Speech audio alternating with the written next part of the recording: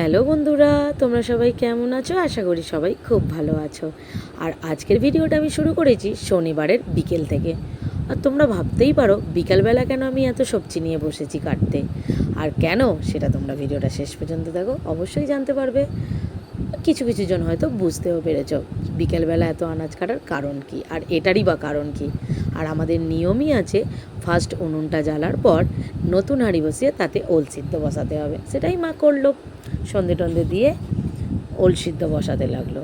আর আমি তারপরে ওই যে 13 রকম কেটেছিলাম ভাজাজ করার জন্য, আমি একে একে ভাজতে এসেছিলাম। আর দুটো আলাদা জায়গায় রাখছিলাম, একটা ঠাকুরের জন্য আর একটা আজকে রাত্রিবেলা খাওয়া হওয়ার জন্য। আর তারপরে ওলটা সিদ্ধ হওয়ার পর মা এখানে ভাত বসিয়ে দিয়েছিল, আর আমি এখানে মাছ ভাজা করছিলাম। তারপরে ভাতটা হয়ে যাবার পর মা এদিকে বসিয়েছিল টক।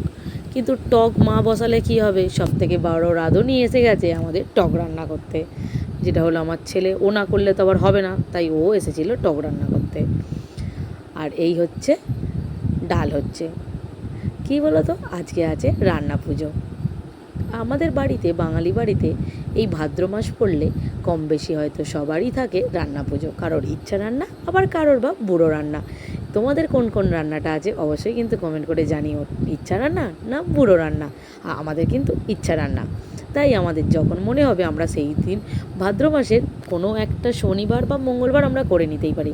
কিন্তু বুড়ো রান্না একটা নির্দিষ্ট দিন থাকে, যেটা হলো বিশ্বকর্মা পুজোর আগের দিন, যেটা আমার মায়েদের ওখানে আছে, আমাদের এখানে ইচ্ছা রান্না। আর এই যে তারপরে আমরা রাত্রিবেলা খেতে বসেছিলাম। আর সকালের দিকে যেই উনুনে আমাদের রান্না হয়েছিল, সেই উনুনেতে মা মনসার একটা ডাল নিয়ে তাকে সমস্ত রকম পাথরে খেতে দিয়ে আজকে আমার রান্না পুজোটা এখানেই শেষ করলাম। কেমন